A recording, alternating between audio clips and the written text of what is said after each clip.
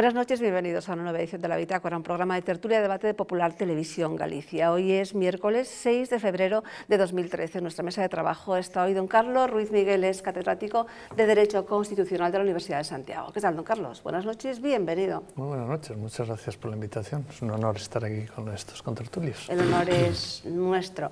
En la esquina de la mesa, don Manuel Rodríguez, es empresario y analista político. ¿Qué tal, don Manuel? Buenas noches, bienvenido. Muy buenas noches y muy buenas noches a ustedes. Y tengan ustedes buenas noches porque buenos días no tenemos en este país. A mi izquierda, don José Manuel Rubín, es periodista. ¿Qué tal, don José Manuel? Buenas noches, bienvenido. Muy bien, fenomenal, muy feliz y contento de estar con estos contertulios y con esta excelente comunicadora. Pues muchísimas gracias. En la esquina de la mesa, don Antonio Platas, es decano del Ilustre Colegio de Abogados de Coruña y presidente del Consejo de Abogacía Galega. ¿Qué tal, don Antonio? Buenas noches, bienvenido. Bien. Esa gripe ya está del todo abandonada, sí. ¿no? Muchas gracias, agradecido. Empezamos entonces con el primero de los temas. Lejos de despejarse la sombra del caso Bárcenas, cada vez se hace más negra y cada vez aparecen nuevas aristas, nuevos flecos. Esta mañana declararon ante el fiscal, el señor Bárcenas, y el exdiputado Trías. Vamos a oír al portavoz del Partido Popular que, bueno, pues ve en todo esto una especie de conspiración, una especie de linchamiento público. Hemos asistido y estamos asistiendo a un intento de linchamiento del presidente del Gobierno por parte del Partido Socialista. Es un intento también de desestabilizar el Gobierno.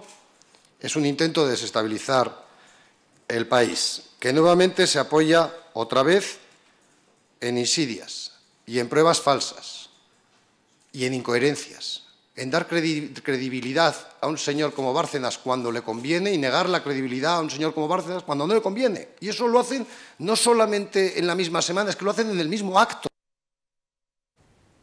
Bien, linchamiento. Don José Manuel, empezamos por usted, que es el invitado nuevo hoy. Sí, pues, hombre, yo creo que no se puede hablar de linchamiento. Lo que se tiene que hablar es de luz y taquígrafos.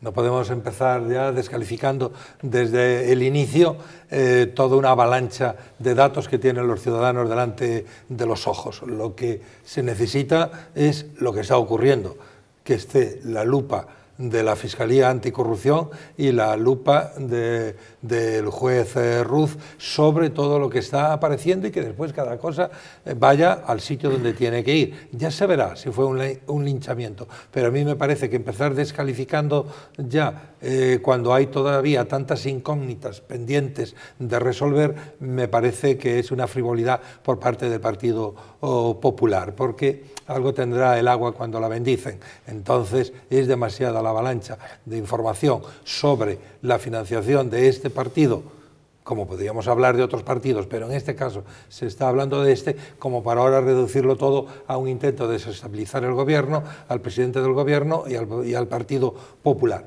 Dejemos que trabaje la Fiscalía, porque hay aquí un prestigioso abogado y habrá que recordar que la Fiscalía somos todos. Entonces, si la Fiscalía está poniendo la lupa sobre las cuentas del Partido Popular, es como si las estuviera poniendo cada uno de los 46 millones de españoles. Por lo tanto, dejemos que trabajen démosle medios a la Fiscalía. Si no llega un fiscal, que pongan 7. Y si no, que pongan 10, pero que todo se aclare y que todo vaya a su sitio. Y al final, cuando todo termine y se vea dónde estaba la verdad y dónde estaba la mentira, ya se podrá hablar y ya se podrá calificar de linchamiento o no. Mientras tanto, es un rifirrafe de estos que nos llevan a los ciudadanos a tener poca fe en los partidos políticos, porque aprovechan la mínima para descalificarse mutuamente en vez de poner claridad. Lo cierto es que el caso es tan complicado, está tan enmarañado y tiene tantas aristas que se habla de, bueno, que podríamos estar 20 años hasta saber algo. Don Manuel Rodríguez. Yo me apunto a esa tesis de que sean los fiscales, ¿no? Es decir, ya es tarde. El señor Rajoy estas medidas ya las está tomando tarde.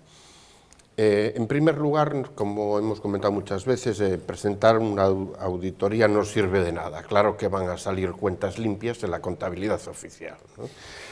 Eso no sirve de nada, una auditoría externa. Lo que hay que hacer es lo que usted pretende, que lo vean en el juzgado.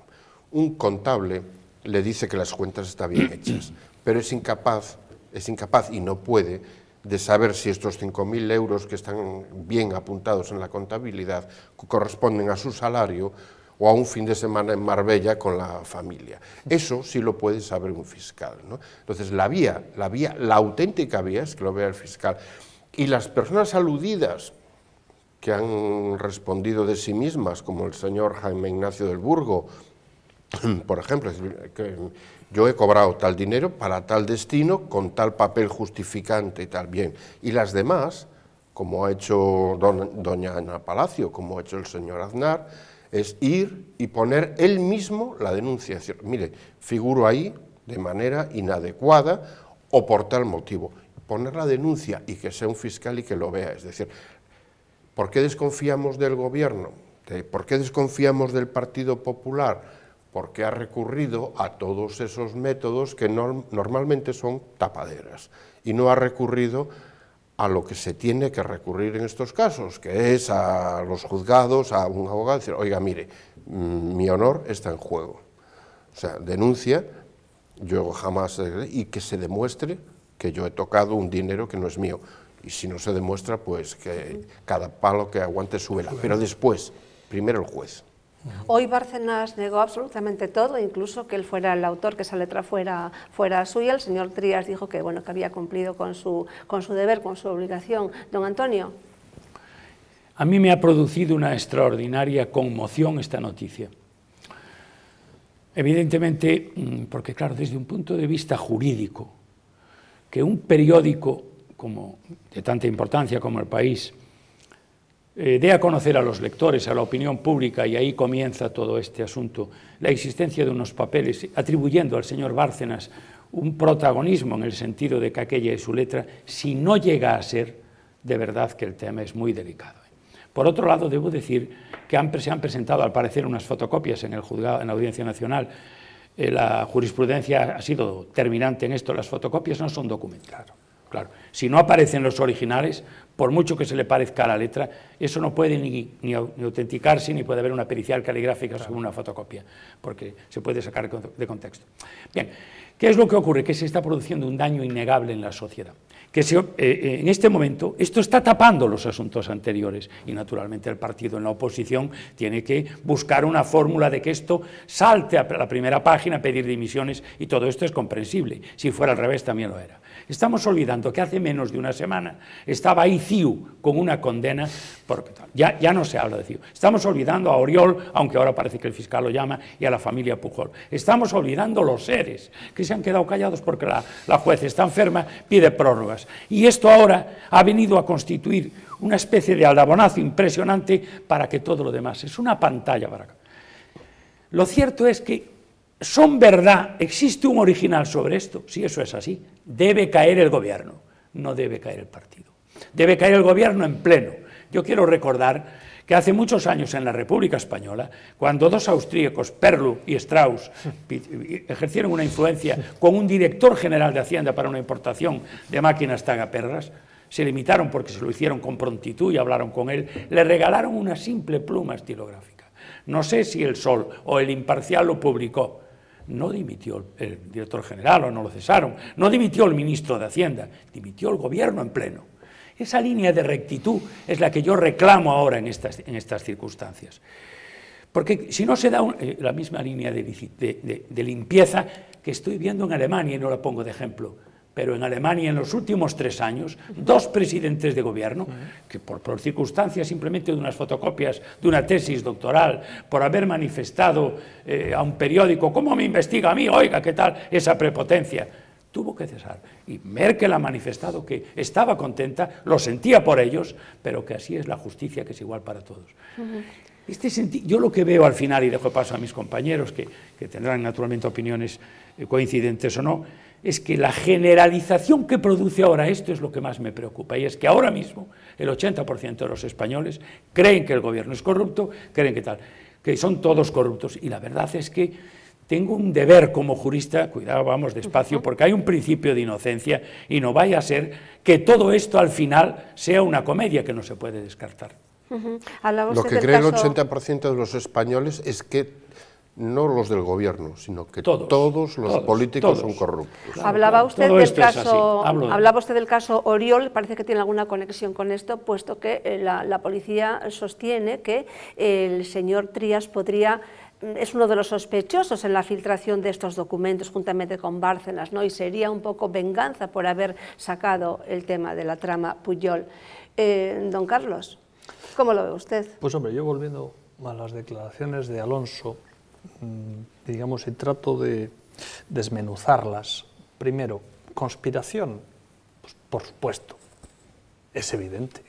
Aquí tenemos a un ilustre abogado que, como buen conocedor del Código Penal, pues nos puede decir que la conspiración para delinquir es algo habitual desde el momento en que hay varias personas implicadas en un delito. Uno puede ser el autor material y el otro es el inductor, etcétera, y ha habido una conspiración para delinquir. Entonces, que haya habido una conspiración para derribar al gobierno, pues es perfectamente creíble. De hecho, lo habitual, me diría más, lo lógico es que el partido de la oposición conspire todo lo que pueda para derribar al partido del gobierno. Esto yo creo que es normal y no debe escandalizarnos. Linchamiento. Hombre, linchamiento, yo coincido, aquí no hay ningún linchamiento. Aquí lo que hay es un gran escándalo. Hay un gran escándalo y, digamos, al analizar este escándalo nos podemos fijar en lo que ha pasado antes, o sea, el escándalo por lo que pasó antes y el escándalo por lo que pasa ahora. Lo que pasó antes, no sabemos si es verdad lo de los sobres. Lo de los sobres. No lo sabemos, de momento no lo sabemos. Lo que sí que sabemos que es verdad es que el señor Bárcenas resulta que tiene 2 cuentas en Suiza de más de 20 millones de euros. La pregunta es, ¿de dónde ha salido ese dinero? Porque ese es el hecho. Aquí no hablamos ya de especulaciones. Hay 2 cuentas en Suiza del ex tesorero del PP con más de 20 millones de euros. ¿De dónde ha salido ese dinero? Y segundo, que esto es el problema de por qué para mí la situación ahora es tremenda y porque yo creo que el presidente del gobierno debe ser destituido por su propio partido. Ah, ¿usted cree que debe ser Yo creo, destituido? porque el daño que está haciendo a España, solo hay que leer la prensa internacional, es un daño inmenso. Este señor, primero, protagoniza el sábado una llamada a comparecencia que es, yo creo, el mayor escándalo político-mediático de la historia reciente española. ¿Cómo es posible que alguien se presente a través de una cámara? De un monitor, sí. De un monitor. Eso ya es escandaloso. Más escandaloso fue todavía que ningún periodista se levantara y dijera, oiga, esto yo lo puedo ver en internet en mi casa. Para esto no tengo que venir aquí. Pero el tema es que él ha sido aludido, y él no ha demandado a nadie. Él. Hombre, yo creo que cuando eres aludido de una forma tan brutal, tienes que hacer algo. Don Carlos, O sea, no puedes hechos, no hacer nada. hay más hechos probados de los que él es responsable.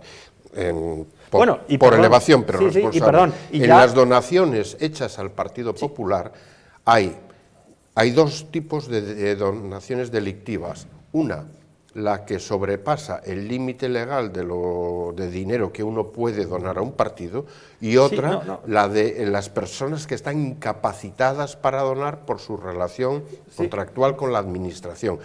Como está demostrado que el Partido Popular recibió cantidades mayores en unos casos y cantidades de personas que no podían donar ni siquiera un euro, él, como superior de Bárcenas, es responsable de 2 cosas que sí están probadas. Déjele continuar, Perdón, que don es que Manuel. estaba hablando. Entonces, eso por un lado. Y segundo, insisto, yo no afirmo que él haya recibido sobres, porque no tengo la prueba. Pero él era el superior de este señor. La pregunta es muy sencilla. en los años en que él fue el superior de este individuo llamado Bárcenas. ¿Cuántas veces despachó con él?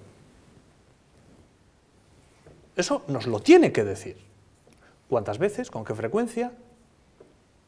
Si Bárcenas le dijo, si no le dijo, porque resulta que si él no se entera de lo que hace su propio tesorero, no está capacitado para dirigir una organización. Eso es muy grave, ¿eh? Es muy grave.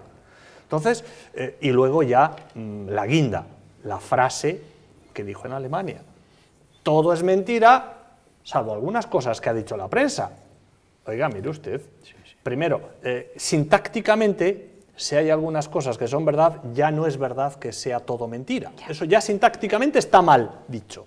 Con lo cual, hombre, no sé, pero en la oposición de registros una frase así yo creo que no hubiera permitido aprobar la oposición, porque no es una frase bien construida sintácticamente. Pero si hay cosas que son ciertas, que nos diga cuáles son las ciertas y cuáles son las falsas, que lo diga. Independientemente de que es fotocopia, que tiene que aparecer el original. No, si yo no hablo de ese tema. No, pero yo es una pregunta ya que le quiero hacer. ¿Usted qué cree de las listas? ¿Que son auténticas? ¿Que no? ¿Qué le parece?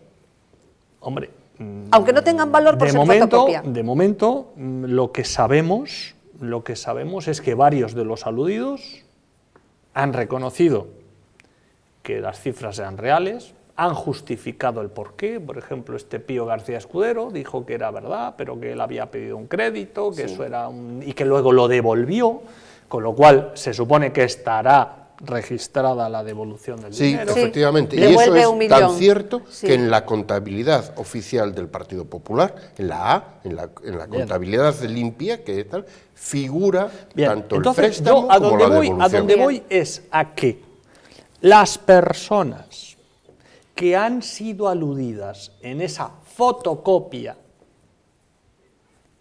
han visto, y aquí tenemos un abogado que nos podrá, en fin, me podrá desmentir si no es verdad, han visto gravísimamente lesionado su honor. ¿Por qué no han demandado? Bueno, yo creo que es que tengo que discrepar con Carlos Ruiz, porque yo creo que la situación no es tan escatológica como él acaba de describir. Ni estamos aquí ante el fin del mundo, ni estamos aquí en una situación que el país no haya vivido ya previamente y que haya salido adelante. Pero no podemos acostumbrarnos a vivirla perpetuamente. Es igual, pero tampoco podemos darle categoría de lo absoluto a lo que estamos acostumbrados, porque en un país donde tuvimos un juicio por asesinatos de Estado y donde tuvimos un país, a un gobierno tocado porque formaba comandos paralelos y tuvo un... Entonces, perdone que me interrumpa, ¿debería haber dimitido Felipe por eso? No, Felipe salió absuelto después del Felipe juicio. No fue absuelto porque no fue acusado. Sí, entonces porque era Mr. X. No fue absuelto porque no se le llegó a acusar. No se le podía estigmatizar. Y yo soy periodista y recuerdo perfectamente el gran pisotón que diera el diario El Mundo publicando en la primera página Felipe González delante del tribunal. Fue el señor X que quedó allí sin desvelar si era o no era, pero es igual. Aquí vivimos mucho y vivimos se desveló en la segunda legislatura de Zapatero. Y vivimos financiaciones irregulares de los partidos muchas veces. Vivimos todo un proceso como fue el de Filesa durante años hasta que se terminó. Por lo tanto, yo me reafirmo en lo que dije la primera vez. No me parece que haya que pedir en el primer momento ya que se vaya una institución como es la del presidente del gobierno, porque además, y estoy aquí un señor letrado, a ver si es que las demandas sobre el honor o sobre estas cosas se pueden hacer como las hamburguesas, que se hacen en el momento. Me imagino que hay unos señores abogados que tendrán que estudiar perfectamente la situación y presentarlo en su debido tiempo. No se presenta una demanda al honor al minuto siguiente de verse perjudicado. porque Aznar dijo una cosa al país, la presentó contra el país. Claro. No, ¿Por qué ya, no la ha presentó presentado Rajoy contra el porque país? es distintas las cuestiones. No, lo de Rajoy es más grave todavía. Ya, pero por eso, pero él dijo que se iban a presentar, y su partido que le sostiene dijo que todo el mundo que tenga algo que ver tendrá que decirlo delante de la justicia. Entonces yo os emplazo a todos los queridos contertulios a que cuando esto tenga su fin, que espero que no sea dentro de 20 años, como decía Magdalena del Amo, y que se le dé una celeridad que tiene que tener la justicia y que sea pronto, pues podemos poner a cada cosa en su sitio sin decisiones apocalípticas que lo único que hacen, creo yo, es llevar a la conciencia del espectador y del ciudadano que nos está viendo que esto todo es un carajal. Pues y no es tan carajal. Efectivamente, vamos a dejar que se investigue en el juzgado todo lo que haya que investigar y algún día se clarifique todo. Yo también espero que no sean 20 años, esto lo leí en un escrito de un experto, lo de los 20 años, ¿no? Comparado con otros casos que está habiendo y que hubo. Yo quería, vamos un poco con la estética. ¿Es estético que el señor Sepúlveda siga cobrando el Partido Popular? ¿Es estético que, bueno, claro, es hermano y bueno, pues todo el mundo puede tener hermanos de una manera o de otra, pues que su hermano sea el jefe de seguridad de Génova, que esté pues al frente de todo eso, que sea pues el jefe de toda la seguridad y que es el que tiene las llaves de todos los despachos y que tiene custodia todos los vídeos, etcétera, etcétera? Mire, lo que no es estético es que la señora Ana Mato en el 2009 haya promovido y llevado a cabo en el Partido Popular un código ético para regular los regalos que se podían recibir de terceros, haya sido nombrada en estos papeles, sin negarlo, de haber recibido 60.000 euros en viajes de vacaciones y no esté en el juzgado denunciando. Que coincide con lo que tiene el juez de la trama Gürtel. Los socialistas piensan exactamente lo mismo. Oímos a Soraya Rodríguez pidiendo su dimisión. Verdaderamente sorprendente, y esto sí que crea, en fin, alarma social, ¿no? Que conozcamos hechos tan...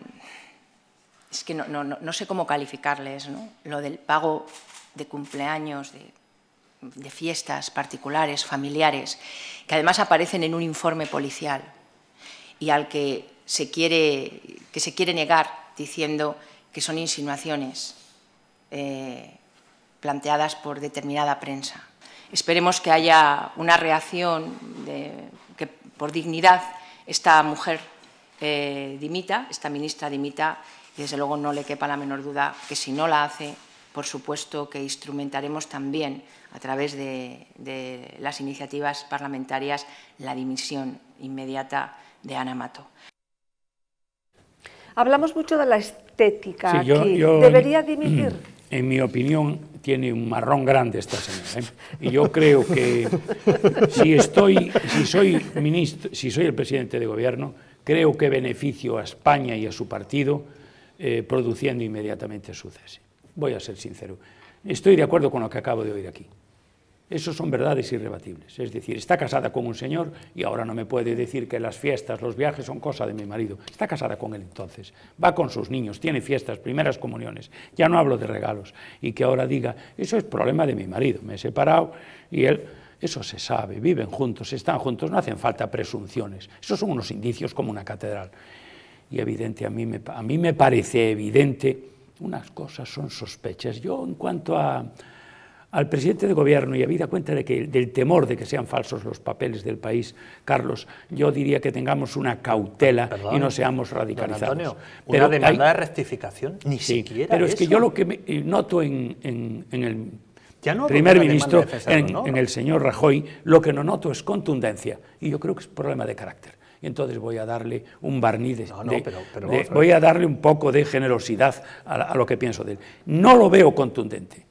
No lo he visto contundente ni en Alemania ni en España.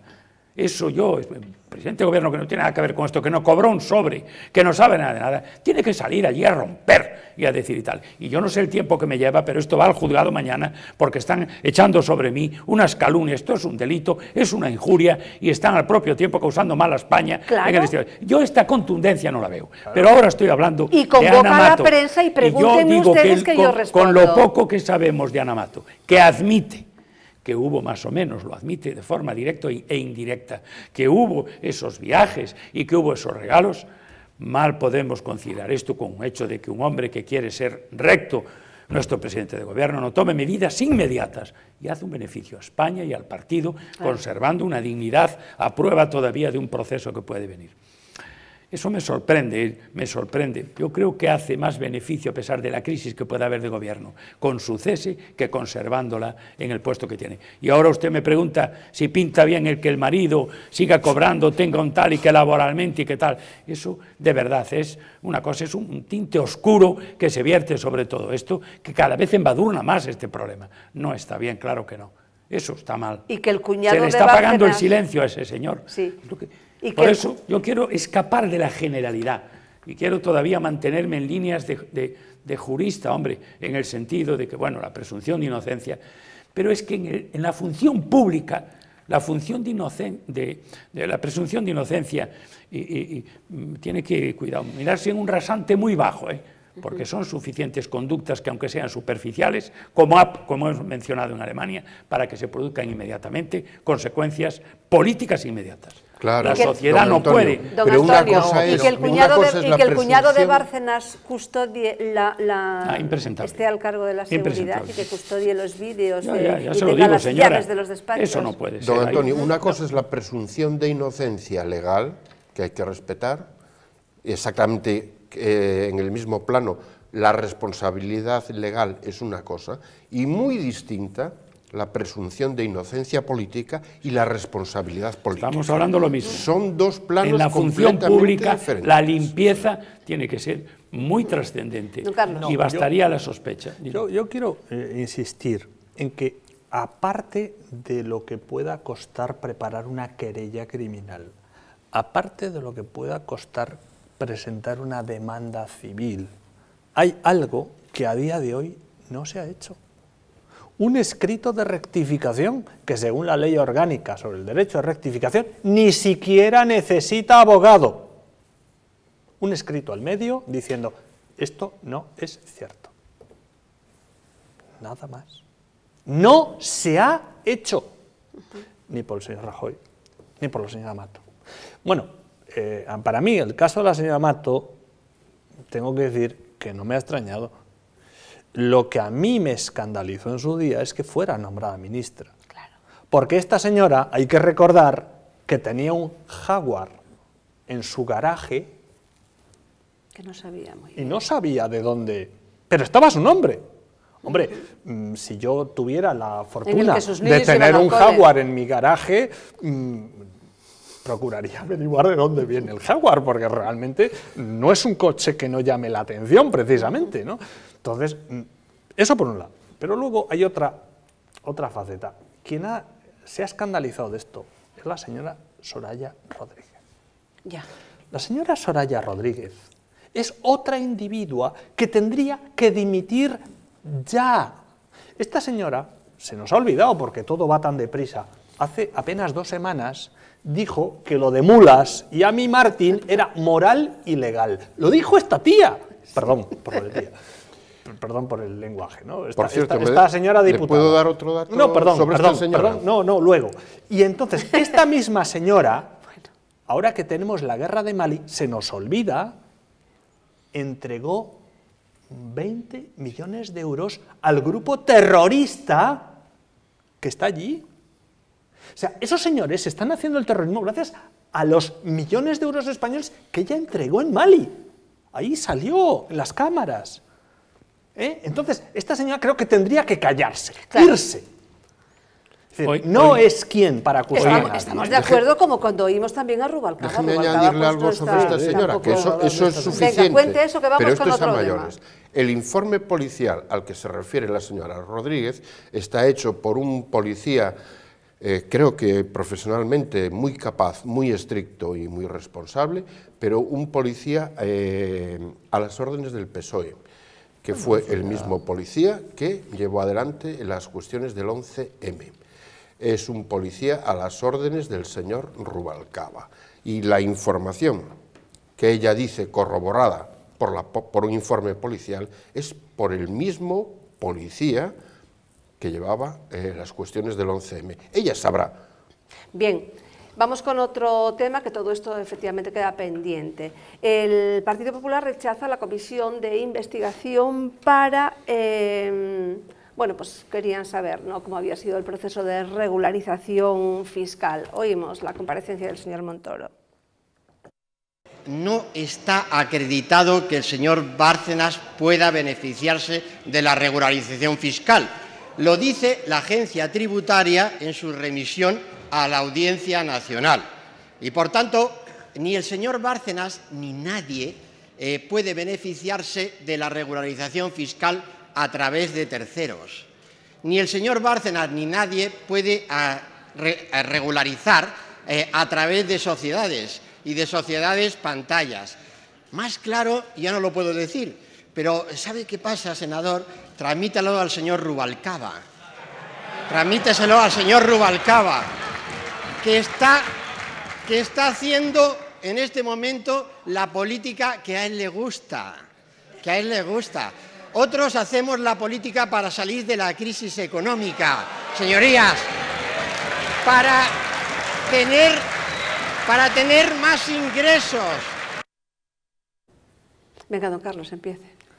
Bueno, es que si realmente todo está tan claro, ¿por qué negarse a investigar? Solo puedo decir eso. Usted diría siempre que sí a las comisiones cuando se pidan, ¿no? ¿Por qué no? Yo mantengo una actitud divergente y respetuosa con Carlos. Vamos a ver, si está actuando la justicia, este tema ya está en manos, la Hacienda está investigando, ya ha pedido datos, ya creo que hay un acto administrativo en donde se deniega la posible incorporación, la amnistía fiscal, y esto ya está en sede judicial. No, pero un matiz, la comisión de investigación no era solo sobre el caso Bárcenas, sino sobre el conjunto del proceso de regularización. Yo estoy absolutamente decepcionado. No, se refería a Gürtel. Porque no solo Bárcenas. Es que no solo Bárcenas, sino que hay 20 personas más de la trama Gürtel. Yo no sé la opinión que mantenéis, pero desde hace muchos años todas estas investigaciones que se verifican en el Parlamento son absolutamente, conducen siempre a cero. Me pondría por todas, y no quiero significar nada contra lo que ha ocurrido con los seres, ¿verdad? Bien, pero digo lo mismo, habiendo mayorías parlamentarias, todo tipo de investigación está condenada al fracaso. Son una pérdida de tiempo, un costo para el ciudadano, sobre todo en este caso, en relación a mí, teniendo en cuenta que hay una investigación judicial. No quiero ninguna investigación parlamentaria, no la necesito. Sé cómo va a acabar, con la mayoría. Esta es mi opinión personal. José Manuel. Sí, yo también coincido con el señor Platas en eso. Me parece que la cuestión política se va a debatir profundamente dentro de unos días, puesto que para los días 21 y 22, creo recordar, que está previsto el debate del Estado de la Nación, y ahí el Estado de la Nación hoy es este clima de inseguridad que tenemos los ciudadanos en nuestros dirigentes. Creo que se van a ocupar los del gobierno y los de la oposición de dar razones más que suficientes para ver cómo está. Entonces, solapar con cada problema que surja una comisión de investigación en el Senado o en el Congreso, que la hemeroteca nos dice que no llevan a ninguna parte y que son pedidas o denegadas según quién en cada momento esté o no esté en el gobierno. O sea, cuando está gobernando unos, piden comisiones de investigación. Después, cuando se da la vuelta y los que gobernaban pasan a la oposición, lo que antes no concedían lo piden. Entonces a mí no me vale esa figura que ya parece que está todo predeterminado. Ya sabemos los ciudadanos los que van a decir unos y otros. A mí me vale mucho más lo que antes apuntaba Magdalena del Amo, la estética de la política. Pues claro que hay que ir a la estética de la política, claro que hay que ir a fulminar de la vida pública a todos aquellos que no pasen la prueba del algodón, y tampoco hace falta que nos vengan las sentencias para decirnos que este señor es un corrupto, porque a veces los corruptos son vecinos nuestros y los corruptores son vecinos nuestros. Los que le pagan el dinero de la corrupción, pues son de esta provincia, de aquella, había gallegos en estos papeles, etcétera, etcétera. Pues lo que tenemos que hacer es aislar a esos que no tienen una actitud ética, una actitud de transparencia, una actitud de estar convencidos de que están allí no para lucrarse y defender sus intereses personales, sino que están allí por la representación constitucional que tienen de representarnos a los ciudadanos, pues a esos, en los que están en nuestro ámbito, porque después se pierde eso. Cuando llegan a Madrid o a Santiago, todos son unos, ya no representan a la provincia de Lugo ni a la provincia de Orense, ya no tienen una actitud individual a la hora de afrontar los problemas, sino que ese gran monstruo que es el poder orgánico de los partidos los consume. Yo estoy en contra de que en la política siempre nos estén hablando a los ciudadanos en estos términos de confrontación, y creo que nos tienen que hablar de otros. Hoy se escuchaba, creo que Esperanza Aguirre hacía unas declaraciones de que lo imprescindible era la regeneración democrática. Sí. Claro, y si tienen que quedar el 50% de los que están hoy en las cúpulas de los partidos, el 50, el 75 o el 100%, a mí me da igual. Pero es que es muy importante esto que yo voy a decir ahora y que estoy plenamente convencido. No podemos derribar el sistema democrático. O sea, no podemos meter en el mismo cajón a los honrados políticos, concejales, diputados, etcétera, etcétera, que en España hay. ¿Usted cree que este sistema que vivimos es democrático? Yo sí, creo absolutamente, y lo defiendo con pasión. Y lo defiendo con pasión, sí. Y hay que depurar a los que lo están pervirtiendo. Pero vamos a defenderlo y vamos a salir a la calle para que siga siendo democrático.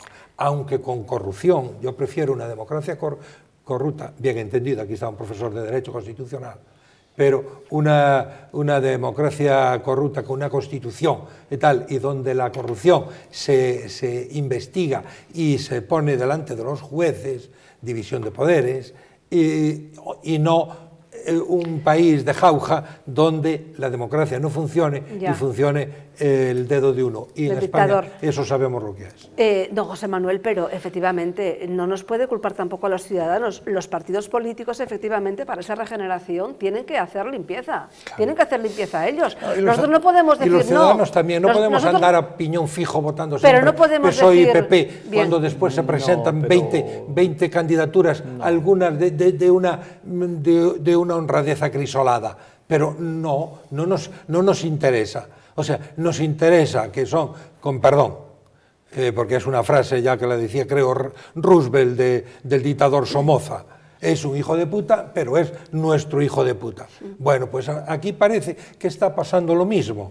Parece que hay corrupción en unos y hay corrupción en otros, porque esto es como, en fin, alternativo, como las veletas. La ciudadanía parece como que las eso veletas. no y le hace nosotros efecto. Seguimos votando y dando mayorías absolutas. Recordemos el caso de Camps en Valencia y recordemos lo que pasó aquí ya con un problema grave que estaba sobre la mesa y volvió a ganar con mayoría absoluta el Partido Popular. Por lo tanto, los ciudadanos, claro que tienen culpa al dejarse llevar. Yo, desde luego, lo que les exijo, lo que les exijo a los partidos, efectivamente, es que depuren. Y aquí les exijo, sobre todo al Partido Popular, que está ejerciendo la acción de gobierno y es el que en estos momentos, pues bueno, del que estamos hablando y el que tiene el problema.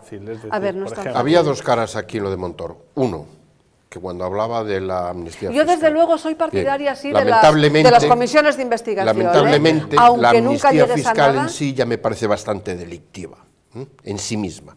Pero segundo, él se refería a que no solo Bárcenas, sino más implicados en la trama Gürtel, la habían utilizado para regularizar su situación con Hacienda. La segunda cara de las comisiones de investigación es que si fuéramos una democracia y siguiendo nuestra propia la letra de nuestra propia Constitución, una comisión de investigación es la primera fase procesal, por decirlo en su lenguaje, de una moción de censura de un ministro o de un presidente del gobierno. Si aquí funcionase la democracia, como dice usted, si el 50% de los diputados más uno obedecen una sola voz, da exactamente igual lo que se diga, porque ni se investiga ni se censura a la persona investigada. Pero eso sería lo democrático. Lo que no es democrático es lo que no es democracia es la partitocracia que sufrimos en este país. Lo otro sí sería democrático. Yo me abstengo de decir nada porque como hay aquí un Bien, profesor de el derecho Parlamento... constitucional, pues ¿qué dice la Constitución de cómo se articula el gobierno del Estado? ¿A través de los partidos o no? Bueno, ¿Pero lo dice o no lo dice? No a través exactamente, digamos, los partidos son los que contribuyen, los agentes principales de la formación, de la opinión pública, pero el problema es que la Constitución dice que los partidos deben tener un funcionamiento democrático. No lo tienen. Es decir, los partidos son los culpables primeros de la corrupción del sistema democrático. Porque los partidos en España no funcionan de modo democrático. Esa es la realidad. Es decir, el origen está en que los partidos no es que solo estén corrompidos económicamente, Don Carlos, breve, están quedamos con otra corrompidos cosa. políticamente porque no son democráticos. ¿Cómo puede una gente que no funciona democráticamente hacer que un sistema funcione democráticamente? ¿Y por qué no funciona democráticamente un partido? Bien, Pues, el Parlamento de Galicia eso ya. aprobó la creación de una comisión para el estudio de medidas para evitar la corrupción. Don Antonio Platas, aquí sí se aprobó la comisión. Sí. Todo lo que sea conduzca a que se evite es una labor preventiva. Vamos a crear una comisión, serán juristas y por supuesto políticos, para ver cómo conseguimos que esta situación en donde se producen corrupciones en el seno de los partidos políticos, de las instituciones, de los ayuntamientos, pues no se dé. A mi señora no hago más que congratularme de oírlo. Sin embargo, yo creo que desde un punto de vista legislativo tenemos en el campo penal leyes suficientes para castigar las situaciones que se dan de corrupción. Otra cosa es que a la vista de lo que yo llamo generalización a través de los medios de la corrupción a niveles de que parece que todo es corrupción y no es así, pues se procure por los partidos políticos atajarlo creando una comisión de forma que se verifiquen cauces legítimos para observar mejor, mirar mejor, vigilar mejor, cuentas mejor, reunirse, pues no lo sé, luz, decía mi compañero de la derecha, sí. Luz y taquígrafos, pues que se lleven a la práctica, yo eso lo aplaudo, ¿cómo no voy a aplaudirlo? Y digo, tuvimos que esperar 35 años para esto. ¿Por qué, chico? No, es que no esperamos 35 años, señor Platas. Es que la democracia, con la ilusión con la que la tomamos en el 78 y con la ilusión que la vivimos la primera década, era otra cosa. Lo que pasa que después fue cuando se pervirtió. Después fue cuando ya el poder de la corrupción empezó a minar algunas esferas tan importantes de la sociedad como son los partidos políticos. Pero bendito sea que haya ahora una regeneración de la situación. Bien. Bendito sea esa comisión que tú dices aquí y bendito sea esas consultas y ese llamamiento que hizo Artur Mas a todas las instituciones. Dijo la sartén al cazo. Y partidos de... Artur Mas, por sí, Dios. Sí, ¿Qué credibilidad tiene Artur Mas? Pero igual cae en terreno abonado.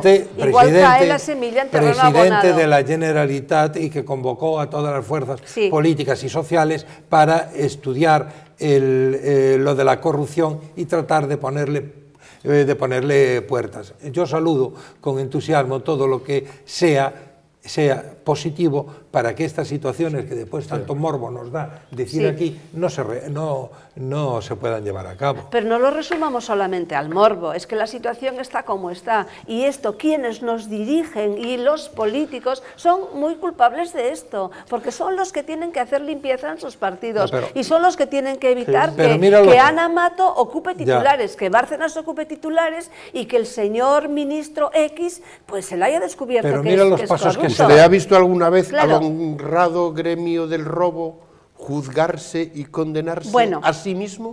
Hombre, pues dejémonos de teatro, que las comisiones de investigación, ahondando en lo que dijo, ¿y cómo no vamos a defender? Son más que un gasto de tiempo y de dinero. ¿Cómo no vamos a defender la democracia? ¿Cómo no vamos a defender el sistema democrático? Claro que sí, pero tenemos que luchar porque sea realmente democrático y por eliminar todo aquello que hace daño a la democracia. Y lo que hace daño a la democracia es esto, en definitiva. Magdalena, aplaudamos los brotes verdes, aplaudamos que en Galicia se crea una comisión para evitar la corrupción, que duda cabe que aplaudamos sí, que allí aplaudamos que el presidente del PP de Extremadura quiera cambiar y poner listas abiertas para que la gente se... Aplaudamos que hay un bullir en los partidos políticos para que haya unas primarias y que la elección de los líderes sean correctas. Entonces, y lo aplaudimos. Fijémonos en los brotes verdes positivos de regeneración democrática y no demos ahí como un martillo pilón solo con esas cosas que todos vemos que están horrorosamente mal, pero que vamos a mandar un mensaje de esperanza a los televidentes. De esperanza, claro, sí, pero también de exigencia. Claro, y entonces yo exijo no, pero yo pido a la ciudadanía, por favor, que no estemos dormidos, que no nos dejemos engañar, que no todo es igual, que existen definiciones objetivas de las cosas. Y vamos a dar también un aplauso al señor Conde, porque los trabajadores de Navantia sí consiguieron hablar con la Xunta esta mañana. Ayer vinieron a Santiago, se habían encontrado con las puertas de San Caetano cerradas, pero bueno, pues hoy sí consiguieron hablar. Desde luego la Xunta está con ellos, pero no les da fechas. Ellos se quedan como un poco así, pues desconcertados, como que han perdido la visita, pero no será para tanto. Lo oímos. Os traballadores trasladaron a súa posición. Nos, dende a Xunta de Galicia, lle trasladamos, lóxicamente, o noso compromiso tanto político como económico da Xunta de Galicia. En ese sentido, seguiremos a traballar arreo aos efectos de conquerir esas necesidades concretas de Navantia que se reflicten na carga de traballo e tamén na potenciación da área de reparacións. Manifesta o seu apoio á construción do dique, sí, pero non cuantifica como nin cando. Manifesta o seu apoio tamén a invertir en I+D+I, algo necesario para a nosa empresa, pero sin cuantificar nin cando nin como. Nos vamos prácticamente igual como viñamos. Eso sí, con boas palabras, pero nada máis claro.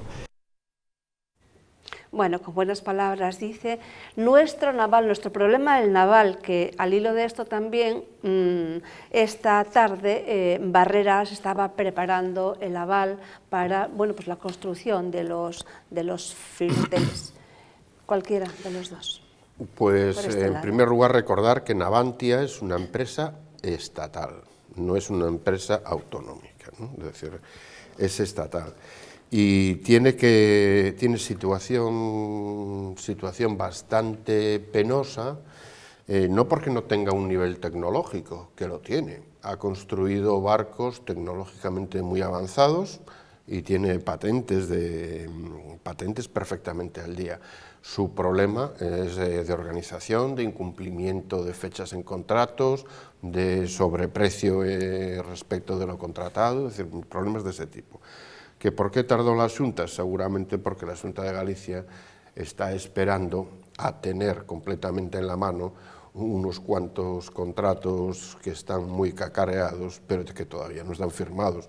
Y a este señor, que aparecía ahí, lo recibirán encantado con una alfombra roja dentro de un mes o dentro de 6 meses, cuando le tengan 6 barcos fijos encima de las gradas del astillero, ¿no? El problema de Navantia en España, que viene de antiguo, es que se nos han adelantado por delante astilleros que trabajaban más rápido, más barato y más serio que nosotros.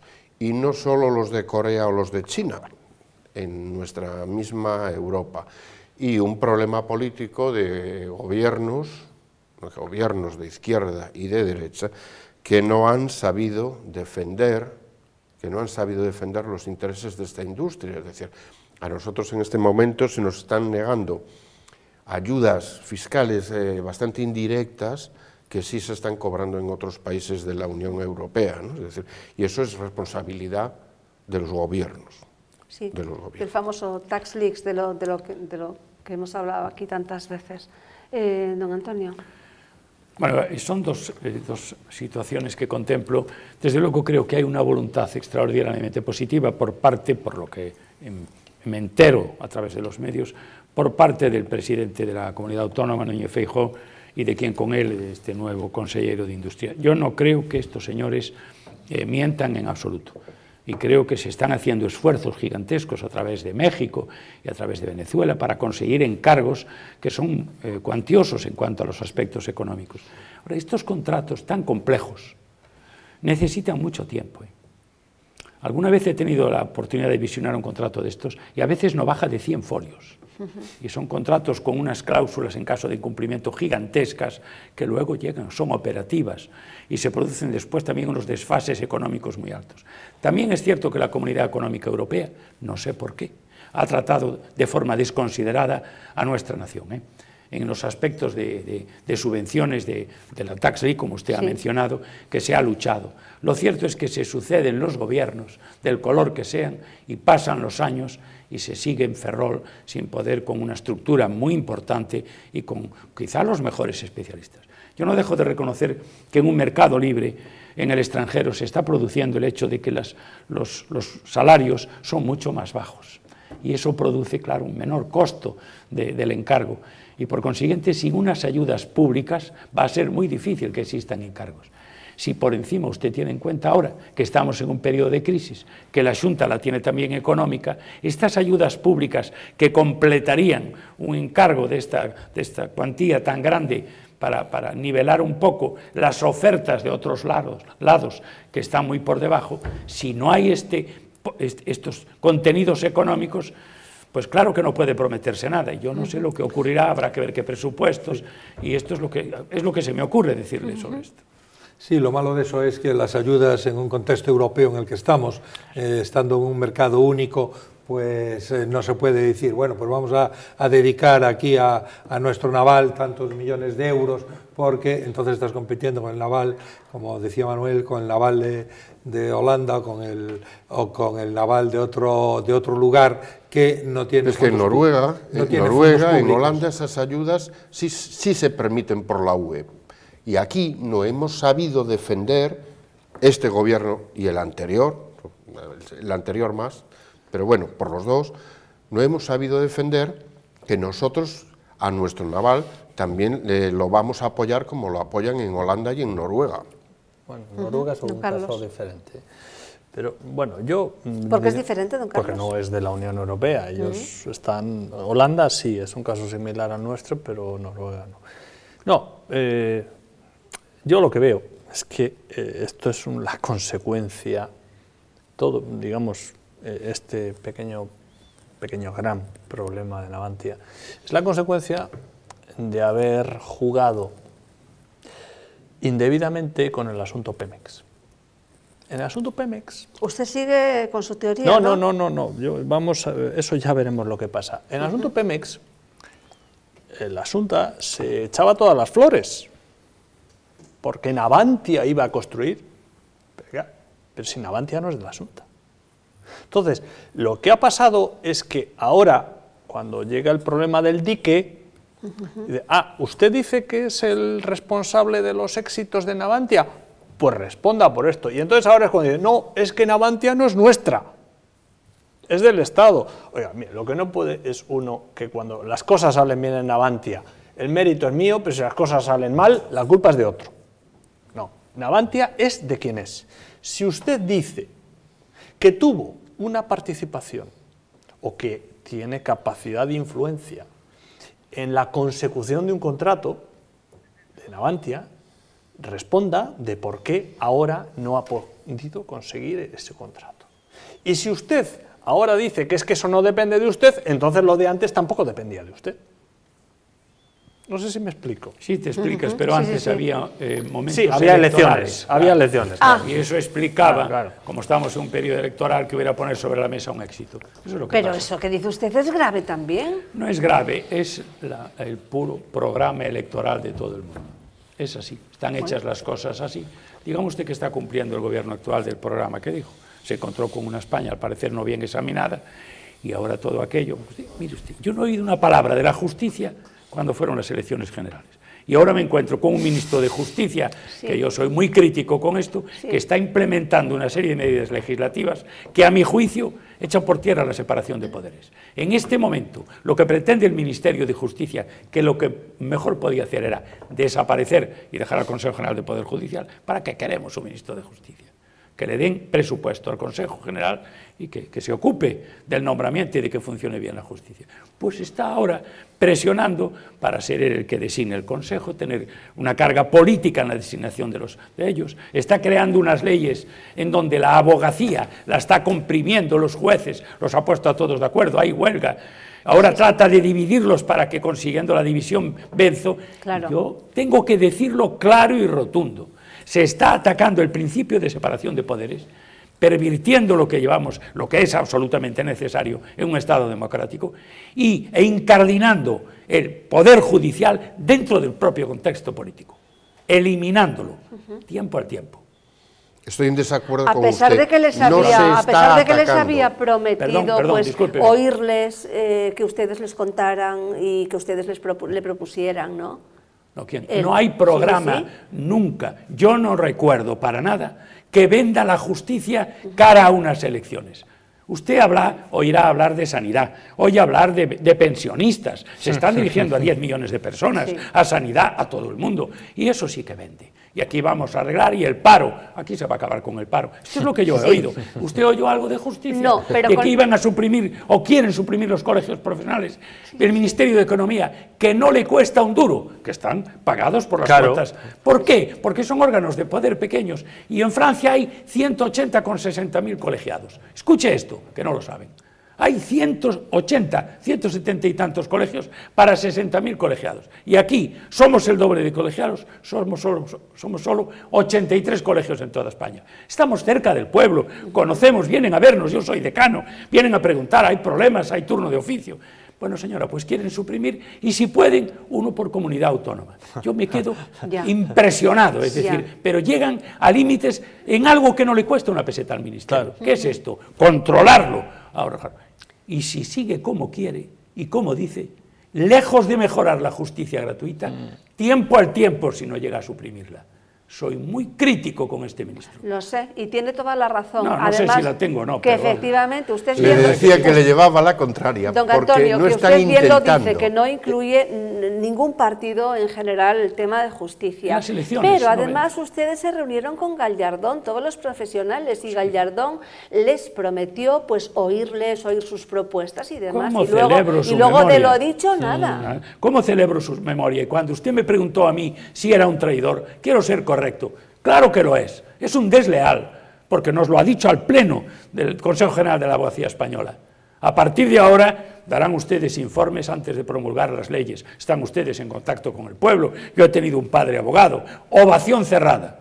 Les manifiesto a ustedes por su preocupación en el Pleno del Consejo en febrero, que no habrá tasas en el aborde de la justicia, nadie tiene que pagar tasas al principio. Otra cosa es las apelaciones, que uno tenga una patente de corso porque consiguió la justicia gratuita y diga, ahora hasta Estrasburgo. Estoy de acuerdo, ahí que hay algunas tasas. Lo que él oculta cuando habla de que en Europa hay tasas, no quiero demostrar que estoy enfadado, soy vehemente. Cuando él dice que en Europa hay tasas, él no está diciendo que en Francia hay 50 euros como máximo. Y aquí hay, mire usted, ejemplos. Hace unos días se ha retirado un contencioso porque a un particular le exigen en una apelación, un planteamiento de un contencioso contra una cosa administrativa, 800 euros. Pues se ha retirado, no podía pagarlos. Esto, con el artículo 24, y ya les permito, de la Constitución, dice en su último renglón, tenemos aquí el entendido, sin que en ningún caso se produzca indefensión. Me llega con que se produzca en uno. Yo necesito cientos. Don Antonio, pero también el ministro consiguió dividir a los jueces, ¿no? Parece que van a ir a la huelga, jueces para la democracia, pero no los otros. Qué fácil es cuando haces promesas, conservadores. tienes un saco de dinero y prometes. Pasado mañana le dice, le vuelven a usted los moscosos, 5 días y algunos ya, bueno, ya hemos conseguido. Eso, qué fácil es en un grupo heterogéneo, decir, son 40 negros, blancos, azules y amarillos, al amarillo le doy lo que le gusta canela y al azul, eso es muy fácil. Y en esto es un as. Bueno, en esto es un as el señor. Como estamos ya al final del programa, que ya me dice que estamos fuera de tiempo, y ya quiero empezar el último tema, que lo vamos a tocar brevemente, preguntándole lo siguiente. ¿Usted es abogado por vocación, por familia o por utilidad? Porque soy el primer universitario de mi familia, que es muy humilde, y soy el primer abogado, pero la vocación la tuve cuando empecé a ejercer. Yo me hice abogado sin saber realmente, hoy hay mucha más publicidad, qué era eso de abogado. Mi padre era maestro nacional, no había otras maneras económicas, te vas a estudiar para Santiago abogado. Bueno, y yo no sabía lo que era abogado, allí empecé. Bueno, a propósito, es que dice el señor Wert, le da consejo a los estudiantes que estudien alguna carrera útil y que se dejen de vocación o de lo que apetece en ese momento, ¿no? Que hay que estudiar carreras con salidas. Don José Manuel. A mí me parece bien que el ministro dé su opinión y que dé los consejos que estime oportunos, y que a nuestras generaciones del futuro le diga que se preparen para no ser parados o para no ser emigrantes del siglo XXI.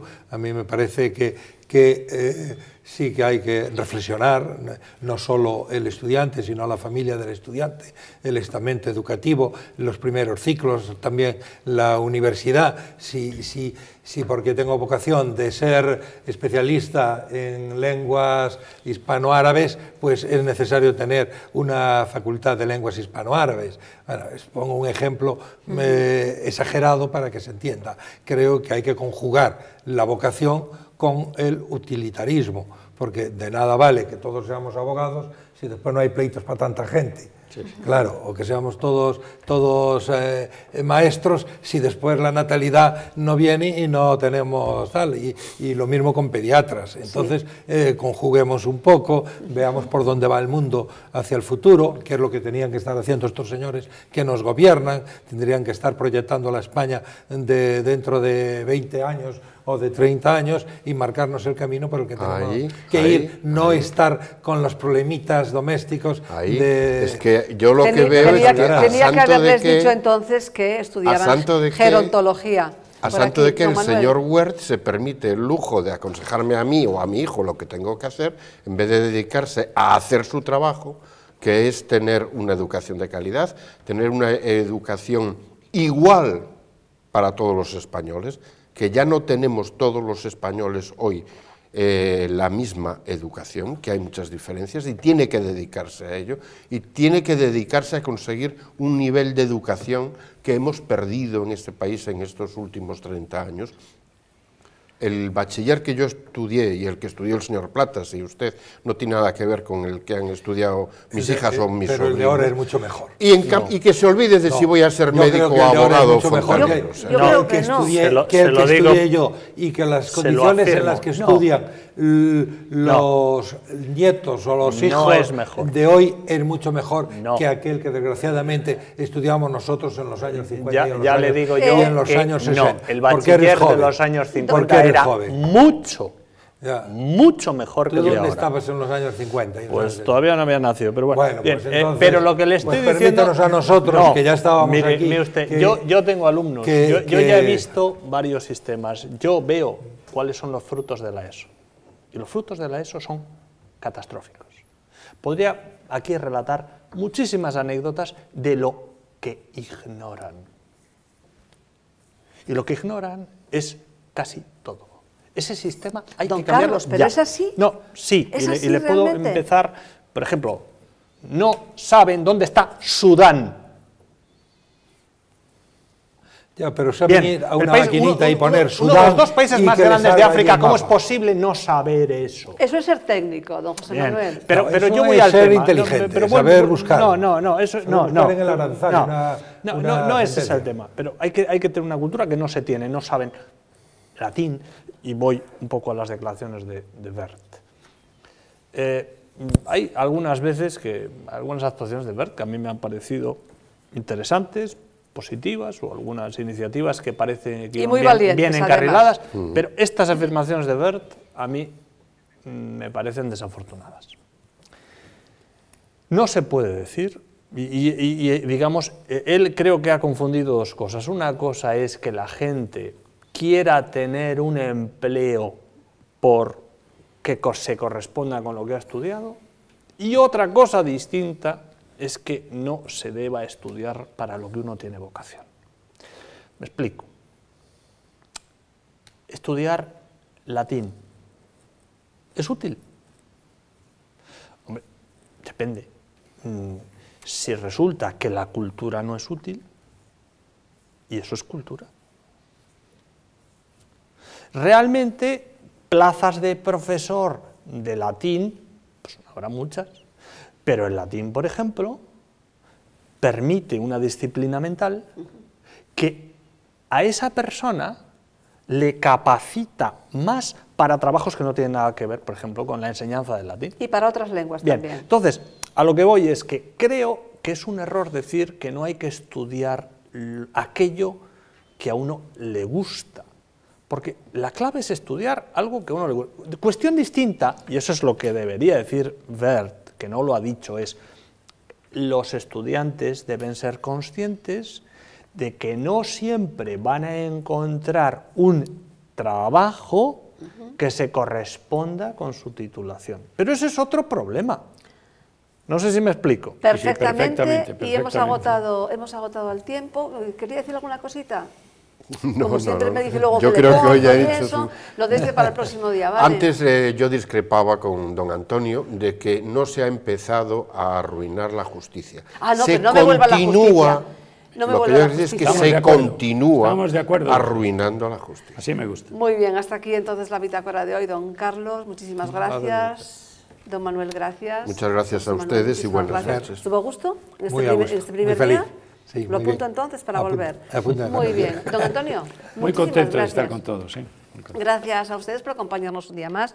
Nos despedimos hasta el viernes. Estaremos nuevamente a eso de las 10:30 de la noche. Que sean felices.